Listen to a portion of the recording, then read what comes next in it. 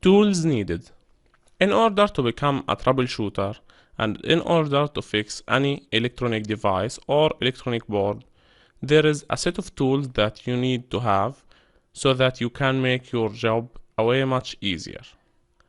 These tools include multimeter, wiring tools, screwdrivers, some miscellaneous tools, and some do-it-yourself tools or kit. We are going to cover all of these in this section, so stay tuned for the next lecture. We are going to cover multimeters in details. Multimeters. Multimeter is a device that most electrician and electronic geeks use to get results or measure voltage, current, and test electronic components. You must buy a multimeter with the following requirements. So the required features, the minimum required features, is that your multimeter must measure up to 50 volt DC. DC stands for direct current, and it can measure up to 250 volt AC. AC stands for alternating current. It must also be able to measure resistance or continuity for testing purposes. You must also get your multimeter with these features. It must be able to measure entry level current to approximately 250 milliamps, also be able to measure DC and AC current up to 10 amps. As you can see, these are the two most common types of multimeters. The first one is the analog multimeter and the second one is the digital multimeter. You can recognize them by the display. As you can see, the digital multimeter has a digital display that displays numbers, while the analog multimeters doesn't have a digital display. Basically have an analog that moves on a scale. So the advantages of analog multimeters is low cost, while the advantages of digital multimeter is that it's easy to read measured value and more accurate readings, because it gives you direct numbers, where in this case you might sometimes have to guess a number between two dashes. Now, when it comes to disadvantages, for the analog multimeter, it's difficult to read measured value, and you need to start at highest range and work way down to suitable range, which means that you don't have a specific range to test your equipment, or there is no automatic adjustment for the analog multimeter. You have to start with the highest possible value and then move down to lower values. The disadvantages of digital multimeter is the high cost, and you need to start at highest range and work way down to suitable range. So these two have the same disadvantage. You need to start at the highest possible range and move down to lower ranges. But this one costs way much more than this one. This one is difficult to read and this one is easier to read. What we recommend is digital multimeter, because it's way much easier to read and you don't want to waste time on trying to figure out the value that you are reading. So nowadays most multimeters comes in digital. Analog multimeters are produced in a way much less volume than before. Now, as you can see, this is a digital multimeter that's used to test this motor, and as you can see, it has a lot of features. The most important one for us here is the auto ranging feature. It's a digital multimeter. It's the third type, but that digital multimeter is way much better than this one. It has a feature called auto ranging, and from its name, auto ranging means that you only need to set the thing that you want to measure. As you can see in this dial, we want to measure volt AC or volt DC, and it will automatically get the result that we want. And this is what auto-ranging means. It doesn't have different ranges of values, and we don't need to start at the highest possible value and work our way down. All what we need to do is set the value to the thing that we want to measure, which is here volt or ampere or current, and it will do the job for us. And the disadvantage of this is obviously the high cost. It costs way much higher than these two because it has the auto ranging feature, but it saves you a lot of time because using these two you need to start at highest range and work your way down. As you can see here, we have DC, ampere or current. You have to start with the highest value and keep moving down until you reach the range or the required range.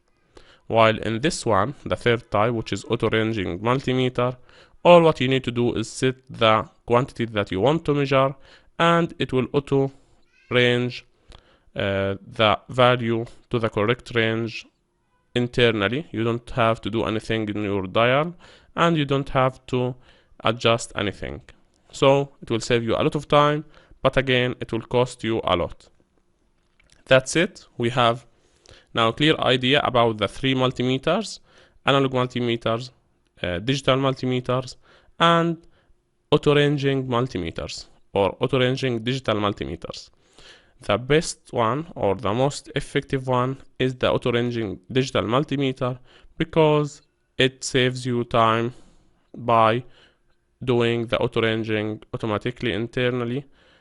So you don't have to auto-range or start from the highest value and move down to the lowest value, while the other two you need to start at the highest possible value for current or voltage and move your way down to get the correct range. That's it for this lesson. Go and buy the one that fits your budget and your time. What we recommend is auto-ranging multimeter, and we will show you that multimeter in the practical section.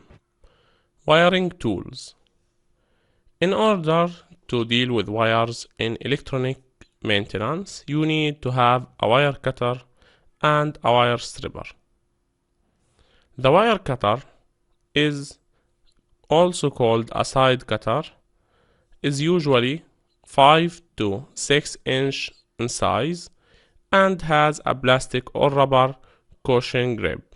As you can see in this image, this is a wire cutter, and here we have a cushion grip, and it comes in total 5 or 6 inches when it comes to size, and it's usually used to cut wires to the desired let's say length.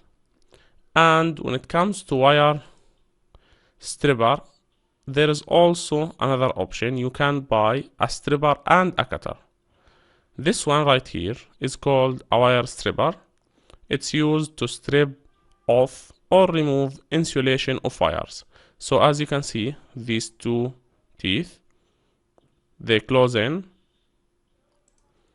and you drag the wire so the insulation material will go away and the copper will stay, and it's adjusted using this screw depending on the wire diameter. These two does the very same job but in different way, and they are very common. This is the most common one and it's very handy, but you need to look for one that is really of high quality, because they tend to get dusty and they are corrupted easily if they are not from a known company. So I recommend going for some top names company when it comes to buying your equipment. Now again, this is the wire cutter and this is the wire stripper.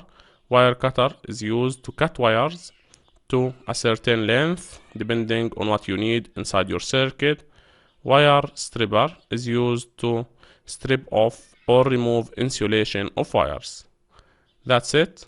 Thanks for watching. This is Educational Engineering Team. Now we are going to talk about electrical master set. As you can see, when it comes to wiring, you need to have a solder or soldering iron or soldering gun. This is the soldering gun and this is the soldering iron.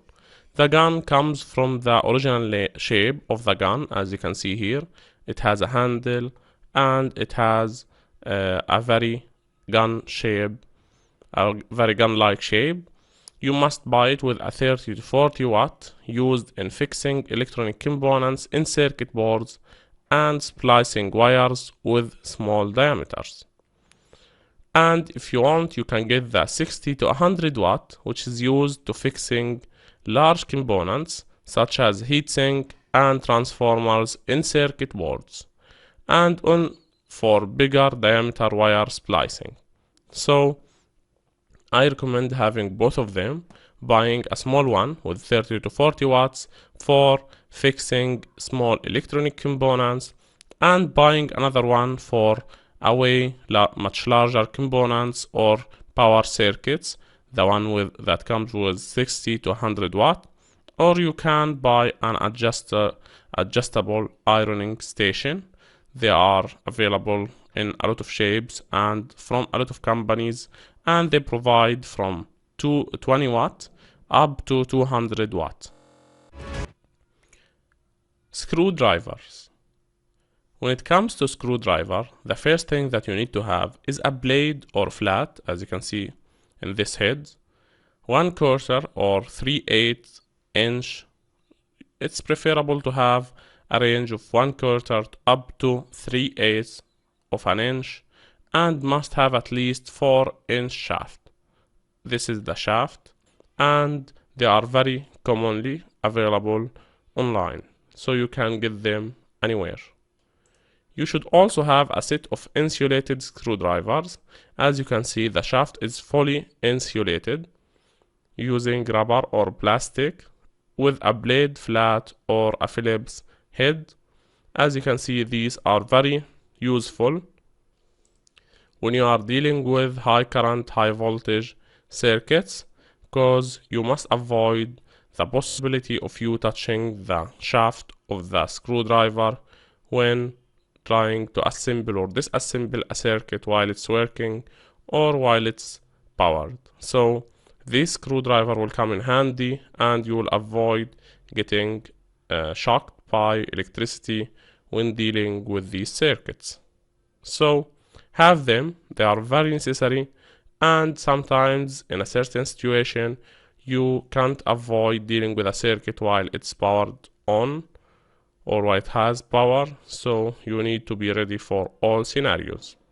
Again, you need to have a flat or a blade screwdriver, Phillips or Star, precision screwdrivers, very small heads, and a set of insulated screwdrivers to protect yourself from electric shock. Now let's talk about a very useful tool. It's pliers. It's used to hold objects such as wires and electronic or electrical components. It comes in many types, the long or the needle nose type. As you can see, this is the long or needle nose type. As you can see, it has a needle shape at the end, and it's very handy for holding objects or wires when I are dealing with electronic components or electronic circuits. There is also the side cutting pliers. As you can see, it has an area here. This area is used as a cutter, and this little head is used to hold components and wires. So this is why it's called a side cutting, because from this side it cuts components or it cuts wires. There is also the slip joint pliers. As you can see here, it has, instead of cutting, it has a slip area where you can hold circular things, and it also has the same head that's here and that's here for holding components and wires, but it does an additional job of holding rounded components or wires or whatever in this area. The most common one is this one, common ones is this one and this one. This is rarely used or depending on your application. That's it about the pliers. Next we are going to talk about another components that you must have before getting started. Wrench. Wrench is used for electrical and mechanical works. As you can see, there is more than one shape for wrench, and we are going to talk about these three types. They are the most common type. First, there is the open wrench. As you can see, it has two ends and both of them are open. And there is the closed wrench, the same size but a closed ending, as you can see here and here. And there is also the adjustable wrench. As you can see, using this little thing, you can adjust how wide this end is opened or closed. It's like a gear, a small gear that you can move to, let's say, slide this here or close it in the other way, and you can get different sizes of wrenches. So these are the three most common types, and you must have at least one of these three. I usually buy this and this one. They get the job done, but you can get all of them. They come in sizes, as you can see, 14, 17, and they usually start at very low numbers and up to high numbers, and they are sold in a box that has most common wrench sizes inside it, from small to larger and so on. Again, if you faced any problem purchasing any of these components, you can reach out to me via messages and I'll be more than happy to help you getting them. Oscilloscope. It's previously called an oscillograph and informally known as scope or DSO, which is this digital oscilloscope. It's a type of electronic test instrument that graphically displays varying signals voltage, usually as a two-dimensional plot of one or more signal as a function of time. Other signals such as sound or vibration can be converted to voltage and displayed on this screen. This is an analog oscilloscope, and as you can see, it has voltage divisions and it has different variables that you can play with to get your signal shape, as you can see here. And using oscilloscope, using these wires for different channels, you can connect more than one voltage signal and compare them together. It's one of the most commonly used component in electronic device maintenance and electronic component maintenance. It allows you to display anything and to test any signal and to make sure if there is a signal or not coming out of a device. So depending on the application or the device that you are trying to fix, you can use oscilloscope to make sure that you are getting the right signals as an output from that device. Now, usually if you have an oscilloscope, you must also have a function generator. And the function generator, from its name, is a device that generates different functions depending on your choice. As you can see here, we have a sinusoidal function and a square function. You can click here and it will output that function with the settings that you are applying here. As you can see, it starts from 2 Hz up to 2 megahertz. So you can click on any of these buttons and it will output a sinusoidal signal with 20 kHz frequency. You can use that output on your device and see how will it interact with your application. Usually, the function generator is used when we suspect that the input signal from our device isn't working as requested, so we provide the input signal from a function generator to see if our device will output the same signal or not. Again, this is a very high advanced level in fixing and troubleshooting electronic devices, and we are covering it here in our course. If you are buying an oscilloscope, make sure to get the function generator as well. Thanks for watching. This is Ashraf from Educational Engineering Team.